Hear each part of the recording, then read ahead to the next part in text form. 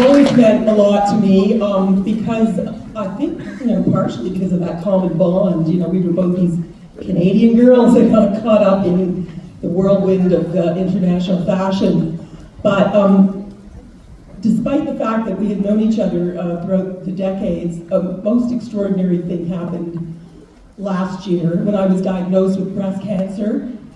And one of the first people that called me was Linda.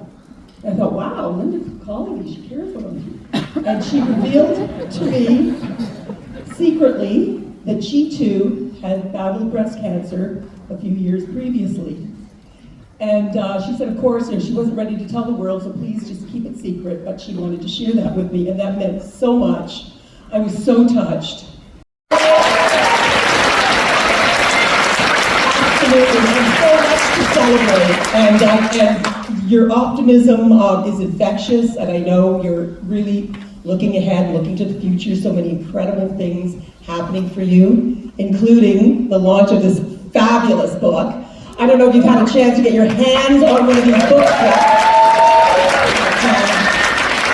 Celebrating a career and a body of work that is just so incredibly impressive. What made you want to do a book at this particular point in time?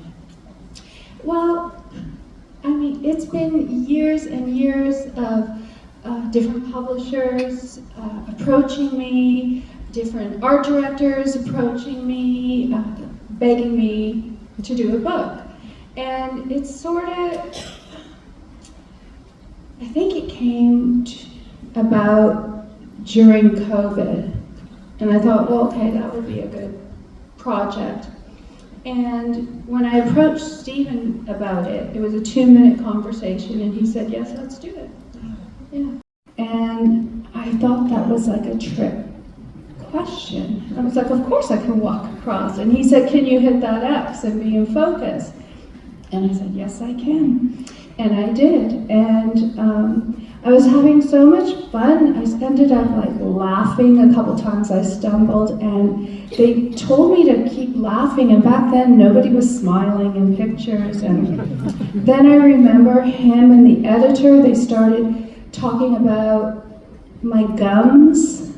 And I thought, oh, what's wrong with my gums? So I thought something was wrong.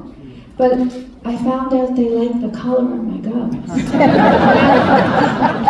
Seriously. And they loved that you could see my gums when I smiled. And then, of course, but right before that, they were talking about my legs and my knees, and I went, here we go. They're going to release me. Because I grew up being teased about my skinny legs, but in fact, they loved my legs and they loved my gums, and they sent the other models home, and I shot the rest of the story. Leonardo DiCaprio's character shows Kate Winslet's character, this cool woman that he loves to draw, and because he was an artist, right? But the Titanic went down in when? 1912? Well, Madame Bijou was around in the 30s, and that's when Versailles, so the timing was off on that film. And this is Madame Bijou inspiration, and I just love her. Do you like the cigarette, Mom? Gorgeous. Okay, next. What do we have? Oh, okay. This is one of my favorites, an extraordinary gown, first of all, with a feathered bustier. It's fantastic. But very Marilyn Monroe. Tell me about this one. So, I got to wear this dress in a fashion show, John Galliano, and that was, I think, my favorite fashion show I ever did. And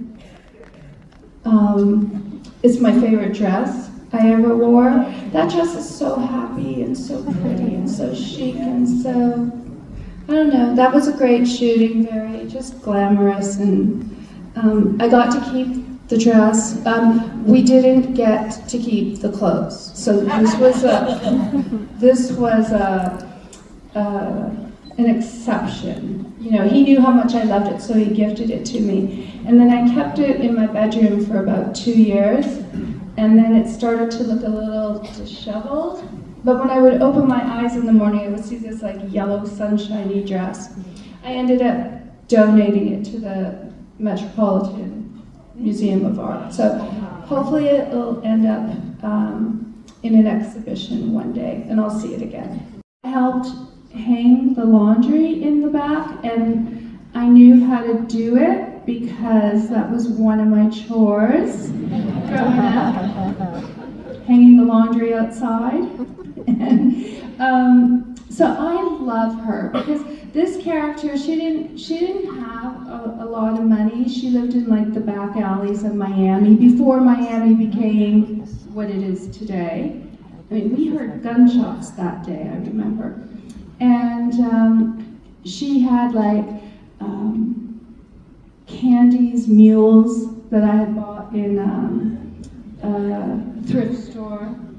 And, you know, the bandana. She didn't have a lot of money for fashion, but she was really cool. And I just have to say, this is my actual skin color at the time. So, yeah, this is my Southern Italian roots coming up. But this was when I used to go to Saint-Tropez on the weekends. And then I threw in a couple tanning beds too. But I have to tell you, I would never do this today because I didn't know about sun safety, and I haven't been in the sun since I was 33. Not like that. Crazy glued those things on my ears. And I love that we slipped that past all the people at Condé Nast, all the heads of Condé Nast, that I'm smoking a acrylic cigarette. They didn't catch that. So I like that we got that past them. The teamwork, and I know in fashion, that is a big thing, community, and really. That was with Francois Nars and Orbe, the hairdresser who's no longer with us, far too early. You know, one thing, Kevin O'Quan, one thing I want to share about him is he was terrified of wrinkles. But he never got them because he passed away at 40. So when that happened, I was like, you know what, I think I really want to have wrinkles, you know? So this is another, the reason I like this picture is because, again, we had this place to ourselves. 2 nights, after hours. This was Henry Bendel's in New York, which is no longer with us. It's so sad. It was such a great department store. Yes. When designers start making everything elastic waist.